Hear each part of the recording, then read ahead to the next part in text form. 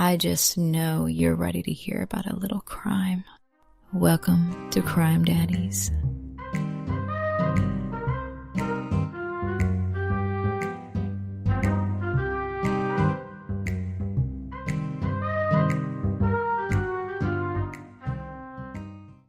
Welcome back, everybody, and thank you so much for clicking on this episode and being a loyal listener. I'm Hunter. And I am Jacob, and we cannot thank you enough for being here with us today and being a part of the Crime Daddies family. Thanks for tuning in for another week's episode. And this week, Hunter is going to bring us a case, and I'm ready to hear it. Today we have our first serial killer. Yeah, let's get into it. These are going to be pretty cool to do. I have a weird infatuation with serial killers. Like, from a young age, I remember just thinking and reading about them and just thinking it was so interesting. And so I'm ready to see which one you picked. All right, Jacob, this was a terrible guy. I mean, scum of the earth. Aren't they all? Now, since we're doing some cases from around the Southeast Missouri region, I thought it would be cool to bring up a serial killer that actually spent a portion of his childhood living in Southeast Missouri. I did not know that there was a serial killer that lived around here, like, at all. What's crazy is he's a pretty well-known notorious serial killer. Anyways, let's get into it.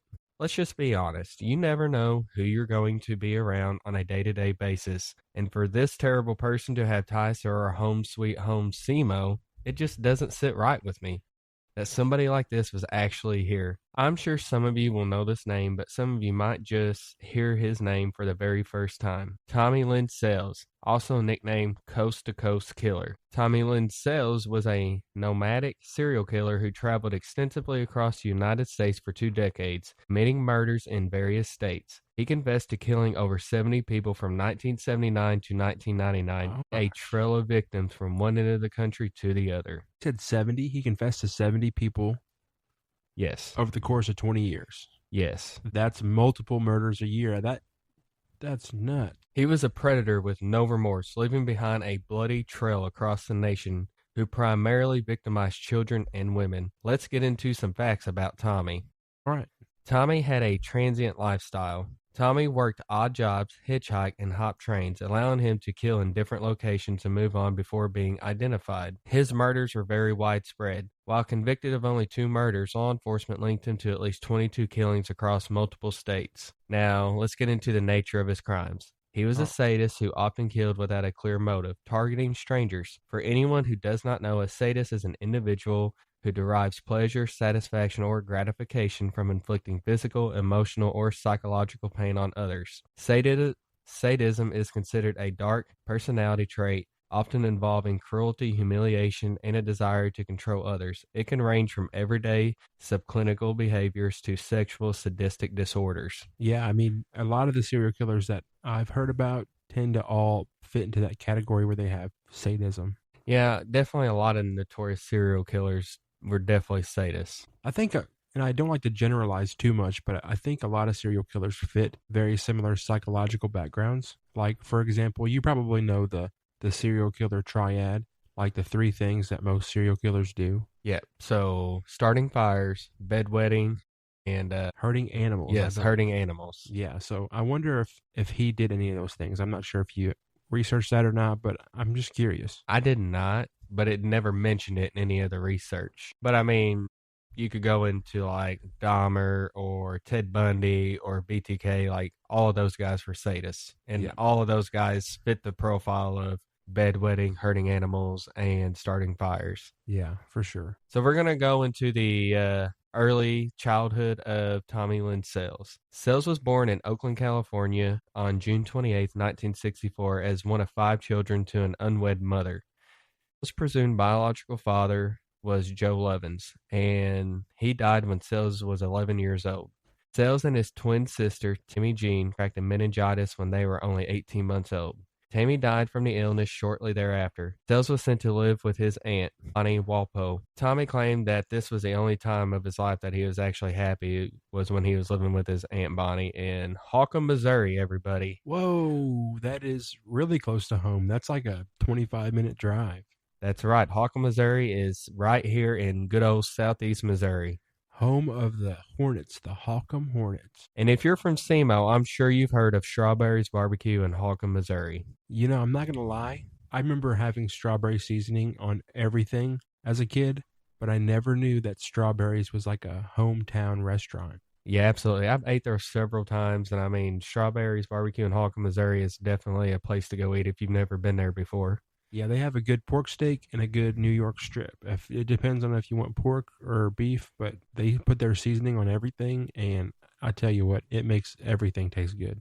Basically, what we're saying is Strawberries is Crime Daddy's approved. Exactly. And if you're from Strawberries, and if you want to sponsor an episode, then hit us up. Please. Might sound desperate, but I just like your stuff. But if you think that that's the only thing that ties Tommy Lynn Sales to Southeast Missouri, then you would be wrong.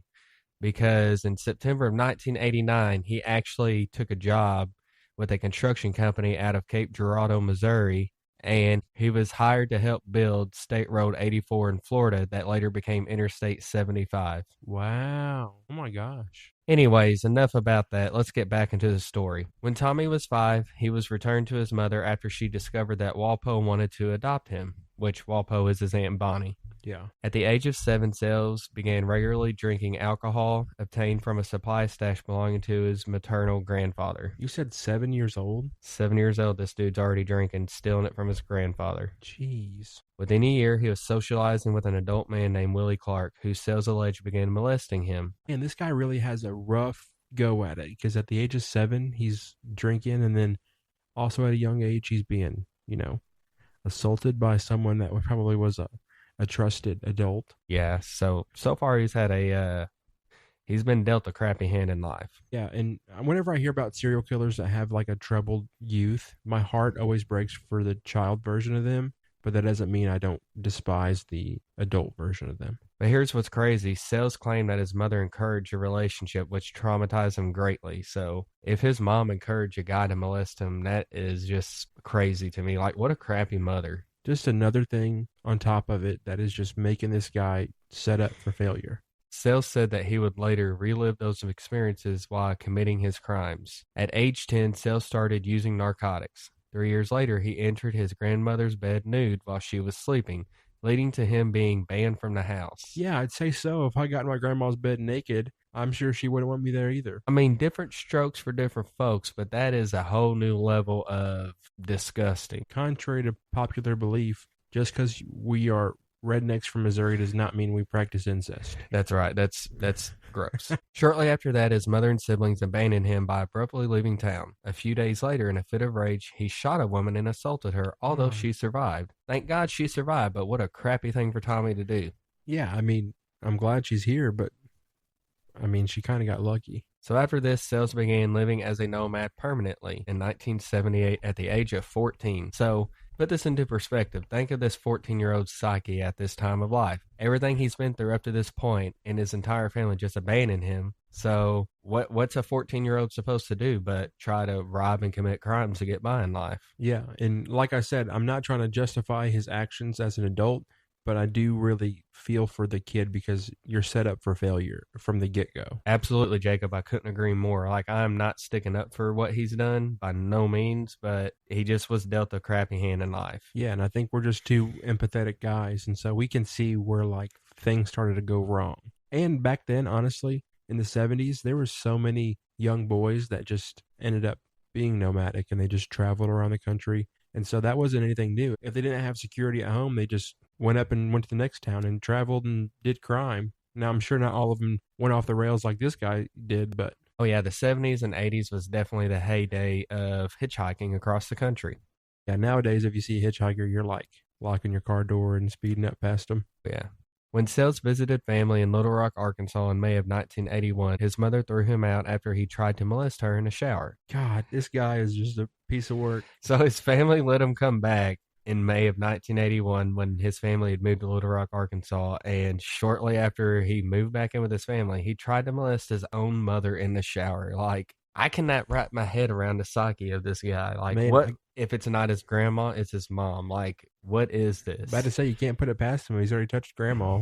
I mean, he doesn't have any morals, so mom's obviously next up. So it said that his family tried to get him some mental help, which I'm surprised they did that, but like, he just quit going. He didn't understand why he was there. And I'm sure mental help back in the 70s was a lot different than mental help now. I'm sure back then they're like, hey, take this therapy and it's going to fix you, but it wasn't really like modern day therapy where they kind of just try and break it down and understand you and then give you coping mechanisms. I bet it was like something way more nuts. But here's the thing. We always represent SEMO, but Northwest Arkansas, this one's for y'all. Tommy Lynn Sales actually was at a mental health clinic in Jonesboro, Arkansas.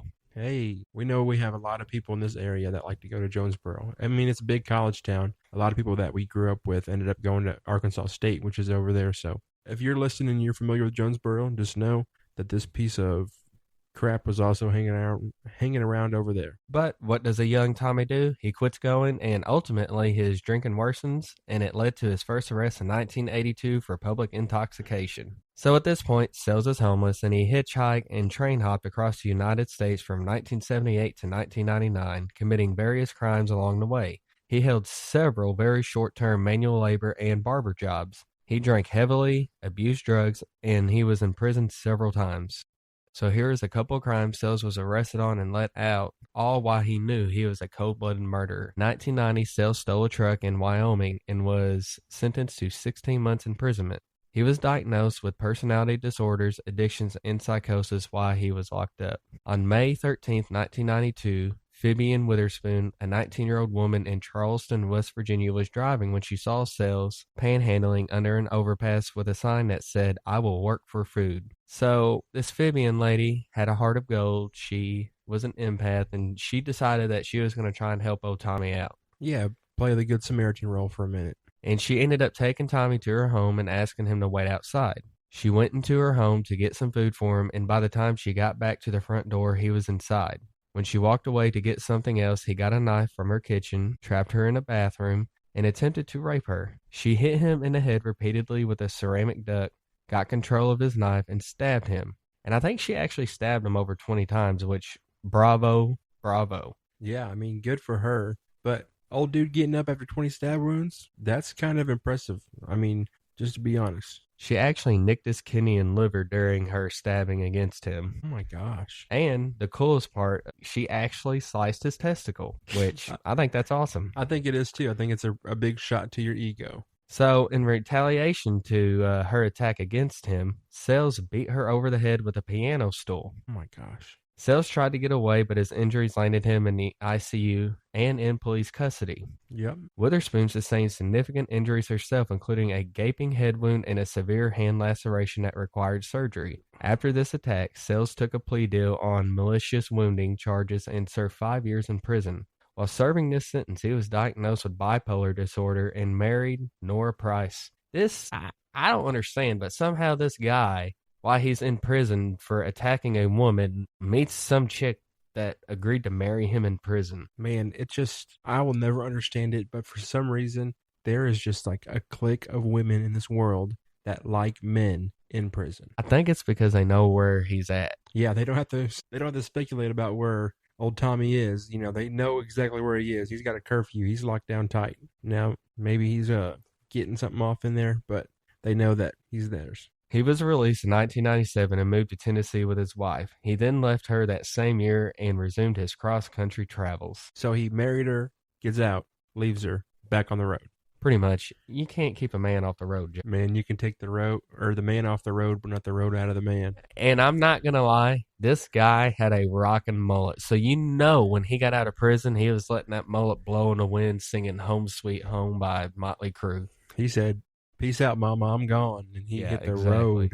So here's some crimes Tommy says that he committed, but it's speculated whether they're actually proven he actually did it or not. Yeah. While in the house, Sells claimed to have discovered a man performing oral sex on a boy. Then he killed the man in a fit of rage. And Tommy said that he did this because he was molested as a child, and he said it enraged him. And he said this was the first kill that really fueled the demon inside of him, basically, because he said it's kind of like taking your first shot of dope.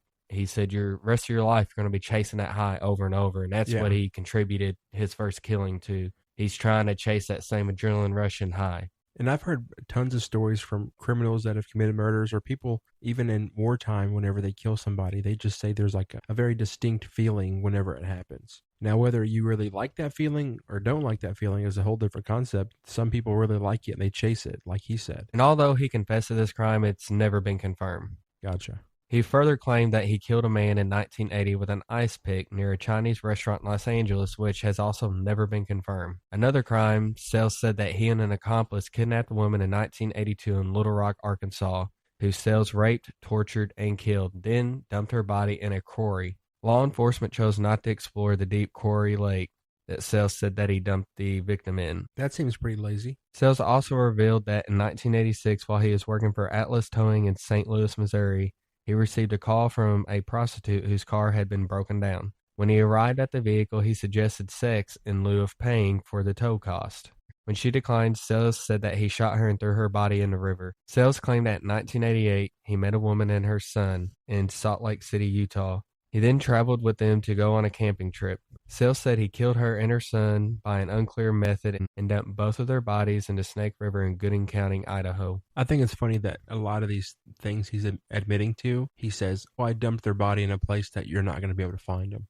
I mean, when you dump a body in a river, typically it's going to get discovered because, I mean, if you go to the Green River Killer, almost all his victims were recovered. Yeah, but there's all these places that already have a lot of murder happen. And so our police going to just take you at your word and then go give tons of man hours and funnel money to go and search in this river for a dead body that's he claimed to have done years before. No, because like the chances of them finding anything are just very slim to none.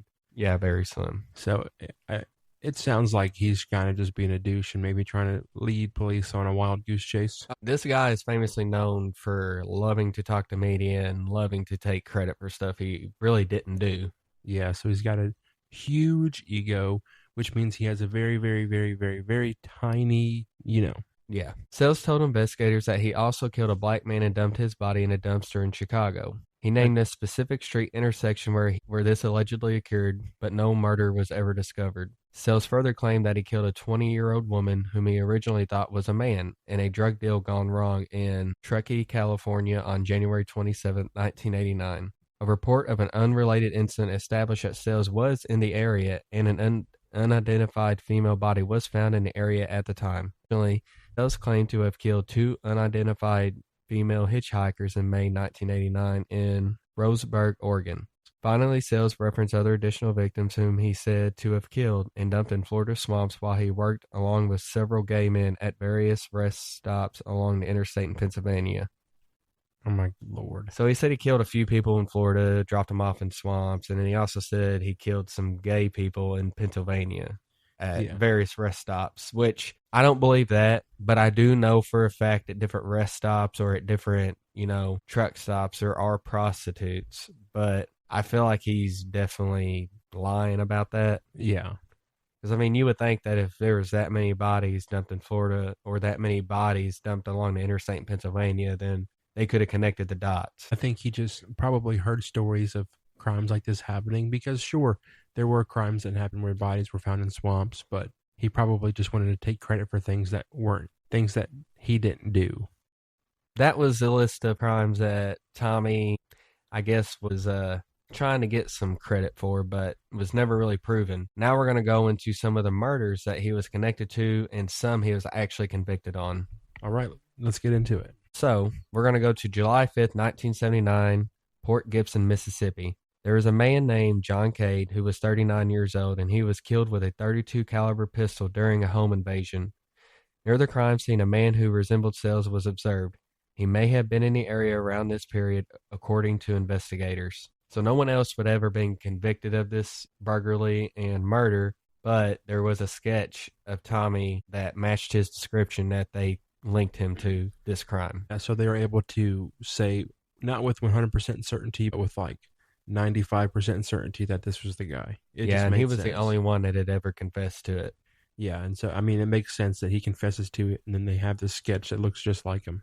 Here's the deal. The reason he was called the Coast to Coast Killer is because, like, he would hitchhike, he would hop trains, so, I mean, and he was also a carnival worker. And you know them, there's a different fair happening everywhere. Yep. And some of these killings that he actually is credited for was when he was working for the carnival. Yeah, that's nuts. It makes you very, very cautious whenever you go to the Stoddard County Fair about those carnies. Right. So we're going to go to April 27, 1982, St. Louis, Missouri. In November 2015, Melissa Dubert, contacted police after watching an episode of Crime Watch Daily, which featured Sales in 1982. DuBare's mother, Joanne Tate, 35, was murdered in her St. Louis home. At 7 years old, Melissa DuBare was assaulted and sexually attacked along with her mother. And at 7, she testified and identified Rodney Lincoln as the killer. However, DuBare came to believe Sales, not Lincoln, murdered her mother in 1982.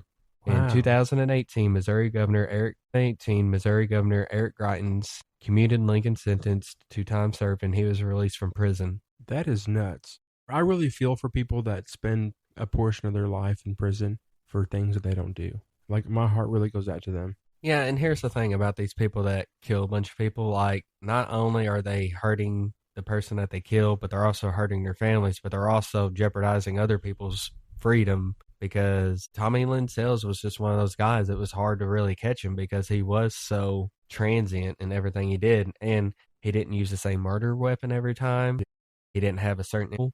He killed women, he killed children, he killed men. I mean, you just couldn't pinpoint what he was. Yeah, and one day he's in St. Louis, and the next day he gets on a train and he's over in freaking Albuquerque, New Mexico, for all we know. So we're going to go to July 31st, 1983 in St. Louis, Missouri. Tiffany Gill, 4, and Colleen Gill, 33, were discovered at their house on Washington Terrace in the West End neighborhood. They had both been battered to death with a blunt weapon. A man matching Sales' description was seen leaving the crime scene. Sales, who at this time of the double homicide resided in the 3300 block of Edmondson Road in Breckenridge Hills. He had relatives who lived in the St. Louis region at this time, and he confessed to it. No one else was really ever, I guess, suspected of this, so they pretty well just linked him. So he spends a lot of his time over here in the Show Me State. Oh, absolutely. Man. If it's not SEMO, if it's not St. Louis or by St. Louis, don't worry. We're about to go to Springfield, Missouri.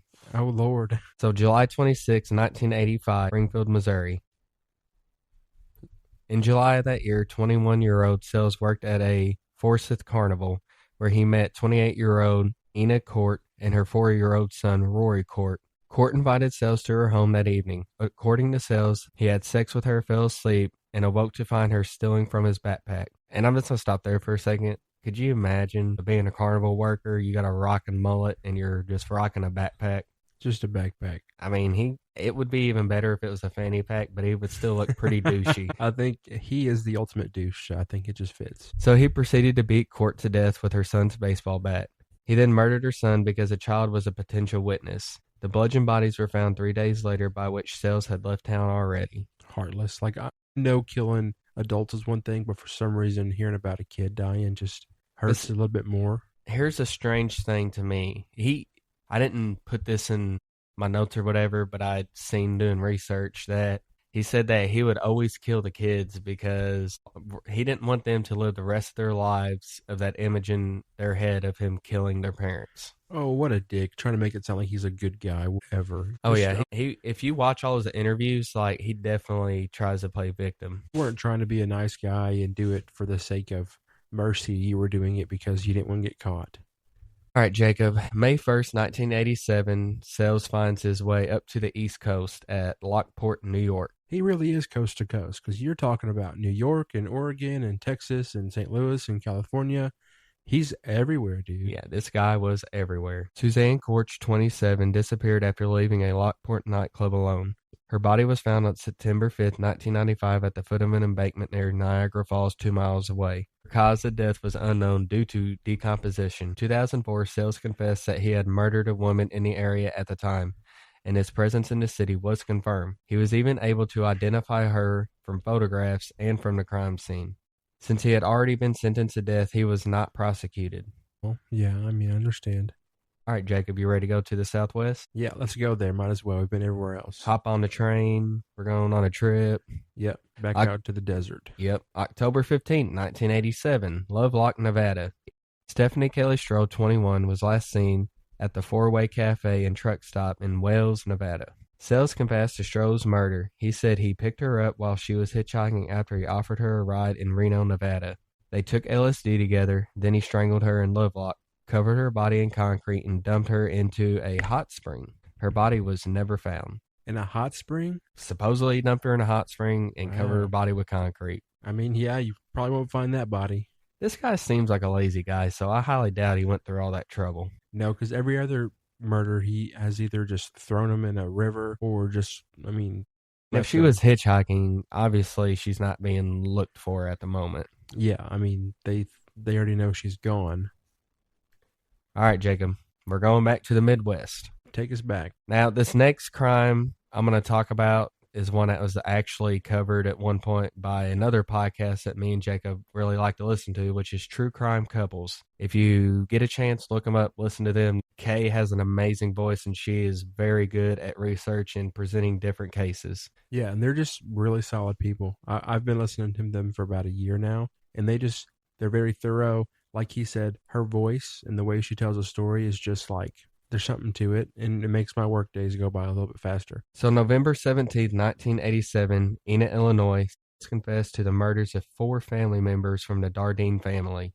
While he was hitchhiking, Sales was picked up by Keith Dardine, who was 29 at the time. Keith brought him to his home for dinner. When they arrived at the residence, Sales pulled out a handgun and shot Keith in the head twice. Let's dissect this scene real quick. Obviously, he took out Keith first because he's the man and he's the biggest threat. And Sales is a pussy and wanted to get the opportunity to do what he wanted to do.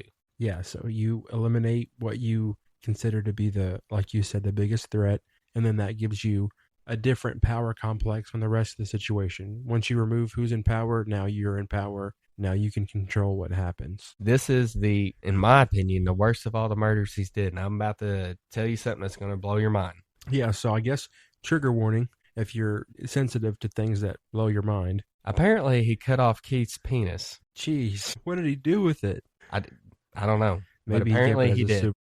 And after he did that, he shot him in the head one more time. Okay. Then Keith's 3-year-old son, Peter Dardine, was bludgeoned to death, and Sales also attacked Elaine Dardine, Keith's 30-year-old pregnant wife. It was such a severe beating that she went into labor and gave birth to their daughter, and Sales beat the newborn to death. See, like this is what I'm talking about. Stuff like this makes me sick to my stomach. Yeah. I don't know what it is about kids being injured or murdered or whatever, especially a baby, an infant. That's a different kind of evil. Like, he's already evil, but he's just hitting the next level. Yeah, and he also sexually assaulted her while he was bludgeoning her to death. Oh my gosh. And I guess because she was 9 months pregnant at the time, and I guess that the trauma caused her to go into labor, and it's just so sad that brand newborn baby was done like that. Didn't even get a chance at life. Yeah, I don't even know what to say about that. That's terrible. No, he's a prick. All right, Jacob, we're going to go back to the Southwest again. This guy's getting around. So December 18th, 1988, Tucson, Arizona. Kent Allen Luton, 51, was stabbed and buried in a shallow grave near a homeless camp. Sales claimed that he killed Luton because he refused to pay for drugs. His body was found 2 days later. Now we're going to go down to the swampy, dirty South. Guess what state? Let's think swampy, dirty Louisiana, Mississippi. Yep. December 9th, 1991, Marianna, Florida. Teresa Hall and her 5-year-old daughter, Tiffany Hall, were both bludgeoned to death with a wooden table leg in their home. The killer had kicked the front door in, smashed a wooden table to pieces, and used one of the legs as a murder weapon. Serial killer Angel Resendez was suspected of the crime originally, but Sales later confessed to the double murder. You're not wrong whenever you say he has no MO. Like, he is using every sort of weapon. He's using a freaking table leg. He's used a baseball bat, a revolver. Like, he's using everything. Everything, and no certain victim profile. Yeah, that's nuts. And it's sad, but if you have kids with you and he decides to kill you, he's killing your kids too. All right, Jacob, we're going back to the Midwest. Take us back. October 13th, 1997, Lawrenceville, Illinois. 10-year-old Joel Kirkpatrick was stabbed to death in his bedroom while he was sleeping at night. His mother, Julie Ray Harper, ran to her son's bedroom, encountered an intruder wearing a ski mask, and then fought off the intruder before fleeing. And this is actually another case that True Crime Couple just covered in their latest episode. And it blew my mind when I was listening to it because I'm like, holy crap, I'm doing Tommy Lynn Sales right now, and they just did this. And I just thought it was pretty cool how that happened. Yeah, you guys go give them a listen after you listen to this episode first. But go listen to that. Because they go into so much detail about this crime, and they did a very great job. Yeah. So the murder weapon that was used in this crime was a steak knife from Julie's kitchen. and it had been left on the floor outside Joe's bedroom. She was convicted of Joe's murder, but was eventually exonerated in 2006. And that's what's so crazy about this particular crime or case is his mom was convicted of his murder, and the whole time it was Tommy Lynn Sales. Yeah, and she's telling everybody, no, there was an intruder, and they're not believing her. Nope. What kind of jury, what kind of judge? I don't know. I don't know. True crime couple, just go listen to that episode and you'll understand why she got convicted, but also then you'll understand like why she wasn't guilty. Yeah, I'm going to go listen to it after this. All right, Jacob, we're going back to Missouri. Back to this show me state.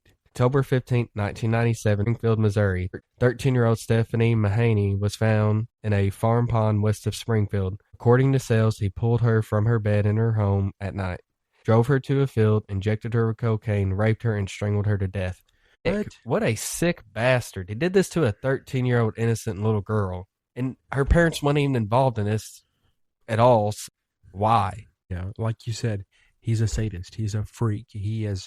There's no reasoning. So as much as we need to sit here and try and reason and figure out why he did it, there is nothing that can pinpoint how someone gets to that point. All right.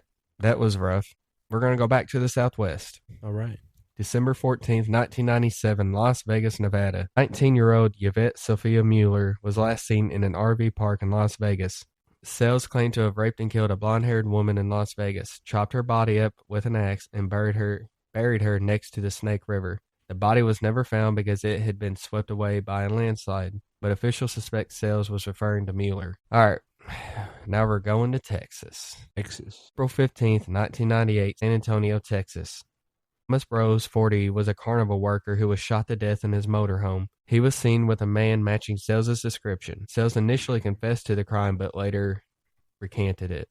I wonder why, because if he's saying he's done all these other things, why? Because he's a weirdo, and this was probably one that he shot a man in the head, and it wasn't like a shock factor. I mean, it's ultimately sad this man lost his life, but it wasn't like all these other ones we've already went over. Yeah, it's a little different. All right, we're going to go back to the South. April 4th, 1999, Gibson, Tennessee. Deborah Harris, 31, and her 8-year-old daughter, Ambria Halliburton, were both killed after Sales broke into their house at night and raped Harris in her bed. She was stabbed repeatedly with her own kitchen knife, which was left in her chest. Halliburton was stabbed 3 times after she witnessed Sales murder her mother. Lord. I'll give y'all something about the True Crime Couple podcast when I covered the other one, Illinois. If you notice, he's confessed to 2 different crimes where he broke into the home and took the murder weapon, which was a knife from the kitchen set. Yeah, interesting. All right, Jacob, we're going back to Texas. April 18th, 1999, San Antonio, Texas. 9-year-old Mary Patrice Perez was kidnapped from a market festival, driven to a stockyard, raped, and strangled to death by her T-shirt. Her body was found in the creek 10 days later. Sales was convicted of the murder in 2003 and sentenced to life. So he got convicted of this one. So this is another young girl that this sicko essentially killed and raped. And yeah, I can't understand. That's just terrible. Yeah. May 23rd, 1999, Lexington, Kentucky. Haley McCone, 13, was kidnapped from a swing by Sales, dragged into a wooded area, and raped. She was then strangled to death with her T-shirt and covered with debris. Her body was found 10 days later. Sales was arrested in the area around that time for an unrelated charge. I hate this guy. Me too, and that sounds very similar to just the previous one. I know. Convicted of. I know. Yeah. This guy sucks. Yeah. All right, Jacob. We're going to the West. We're going out west. Giddy up. Yep, let's do it. July 5th, 1999, Kingfisher, Oklahoma. Bobby Lynn Woodford, 14, was picked up from a Love's convenience store by Sales, who drove her to a secluded area, sexually assaulted her, struck her repeatedly with a hatchet, and finally shot her in the head with a large caliber revolver when she tried to escape. He dumped her body off the side of the road and kept 2 of her earrings. And that's how he was ultimate. That's how it was ultimately confirmed that he for sure did this, because he had her 2 earrings as trophies. Let's go. Yeah. All right. We're going back to Texas. Back to the Lone December 31st, 1999, Del Rio, Texas. Kayleen Harris, 13, was sexually assaulted, stabbed 16 times in her throat, slashed by Sales after he broke into her trailer. Sales also attacked Crystal Hurley, 10, who was at the same property, but she ultimately survived. Crystal then received help from a neighbor after traveling a quarter mile to their home with a severed trachea. She traveled how long? a quarter-mile away to a neighbor's home to get help. And she was able to do this because she played dead. Hey, I'm gonna give her a hand of applause because, my gosh, her trachea was severed and she made it. I know some people, and I don't like to talk about people that are victims, but there are some people that just lay down and die and let it happen. And then there are some people that just have that fight in them, and they do the things it takes to survive. And that is just a powerful woman right there. Yeah, this little girl was a badass. Sells was apprehended after being identified from a sketch made from the victim's description. The brave and courageous little Crystal Surlease would ultimately be what put an end to Tommy's life of being a murderous criminal. Hell yeah. She testified against Tommy in court as a survivor and victim. In 2000, a jury convicted Tommy Lynn Sales of the murder of Katie Harris and sentenced him to execution in Texas. That's what I'm talking about. And Texas does not play around. That was No. probably either Texas or Missouri or one of the two best states to get that death penalty for, because they will carry it out. And like I said in the first episode we did, I'm not a huge death penalty guy unless it is 100% proven this is the guilty person. And at that point, give them the old Yeller treatment. Give them the worst treatment you can think of. I don't care about cruel or unusual punishment because everything about this guy is cruel and unusual. So Tommy's reign of terror was finally at an end. Soon after, he pleaded guilty to the 1999 murder of Mary Patrice Perez, receiving an additional life sentence. On top of a death penalty, that's not doing you much. No. On January 3rd, 2014, a Del Rio judge set Sales' execution date for April 3rd, 2014. Sales' death sentence was carried out at the Texas State Penitentiary in Huntsville. He did not get a last meal choice. He had meatloaf, mashed potatoes, green beans, and cornbread. Texas had gone away with giving death row inmates a choice of a last meal at this time. He ate a lot of it with a full appetite. Prison staff claimed he was calm, reserved, and showed no signs of distress, just like he had always been while on death row. He knows what's coming to him. Right.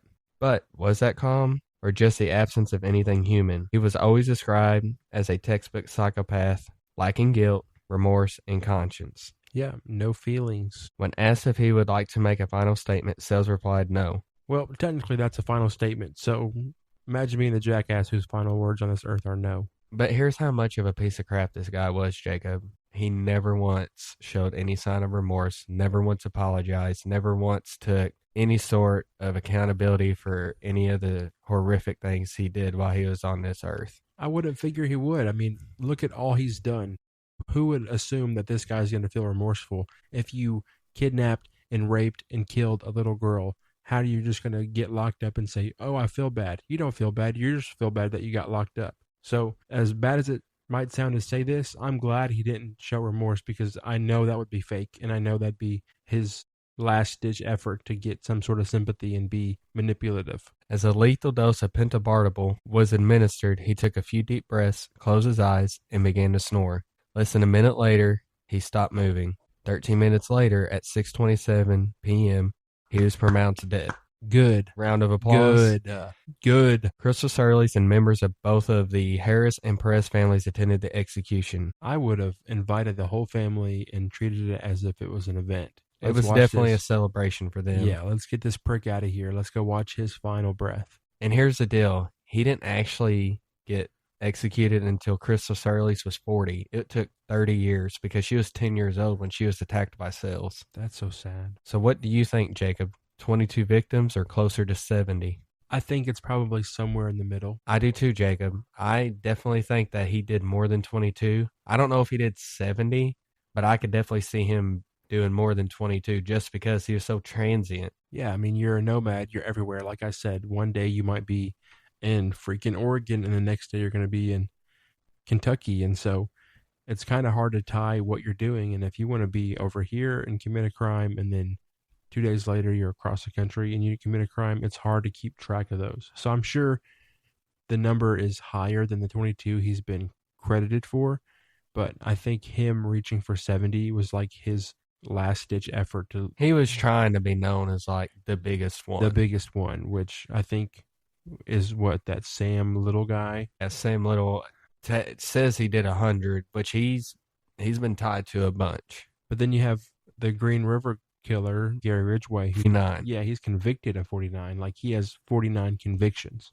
And that is insane. Yeah. And here's the thing. Tommy Sales could have done more and him not remember it because let's not forget, he loved alcohol and he loved drugs. Yeah, and those two combinations don't really end up being pretty sometimes, especially whenever you are a known psychopath who's already violent and you've had this rough life to where you were drinking at 7 years old and you were being sexually assaulted, and then you sexually assault people. Like, your brain at a young age was fried, and so I'm sure there was things he probably did that he may not have even remembered doing.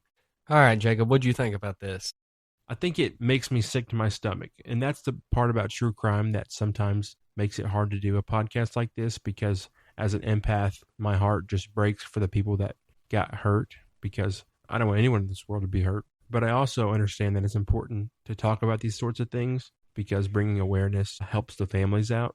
And yeah, I mean, all in all, it is interesting to learn all these places he was. And especially whenever you're able to tie it back to our small little corner of the earth over here in Southeast Missouri, it just blows my mind that someone that was so prolific spent not just a small part of his time here in Holcomb, but around. I didn't mention it, but he spent 3 years in Holcomb. Yeah, 3 years in Holcomb, and then in Cape, had a job, and then he had his crimes in Springfield and St. Louis, and we're like in the middle of those two places. So it just puts a lot of things in perspective that even though we are a small area, we are like kind of right where people kind of breeze on through. Yeah, at the end of the day, I'm glad he's dead. My heart goes out to all the victims and all the victims' families. I couldn't imagine what they've gone through, and we just want to say, remember the victims and remember the families that were affected from these crimes, because there was a lot of innocent people, a lot of men, women, and children that were affected by this. And not only was it the victims, but it's the victims' families. So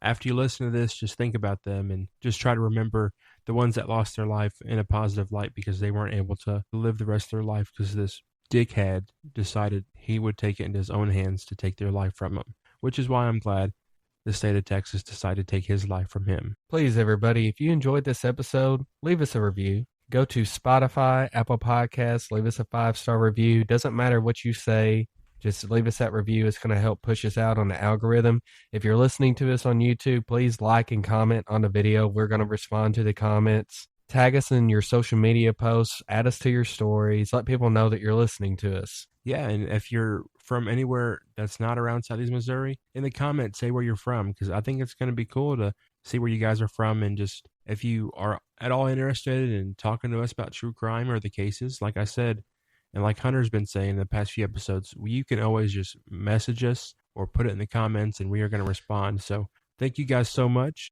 And like he said, I want you guys to go on all of our platforms and hit every button you can. I want you to like, comment, subscribe, follow, share, text it to your friends, text it to your grandma, whatever you got to do. Let's just push this out there and help us. And whenever you do this, it helps the algorithm push our content to more people. And I think it'd be really cool to reach out to a lot of folks so we can have our own little Crime Daddies community. Because like I said in the beginning of the episode, here at Crime Daddies, we are all family here. So, all right, Jacob, you better bring it next week with a crazy case. Don't worry, guys. I have a good one lined up for you. I'm not going to give too much away, but I want you to know that you're going to be on the edge of your freaking seat. All right, goodbye, everybody. Goodbye. Tune in next Tuesday. Next Tuesday.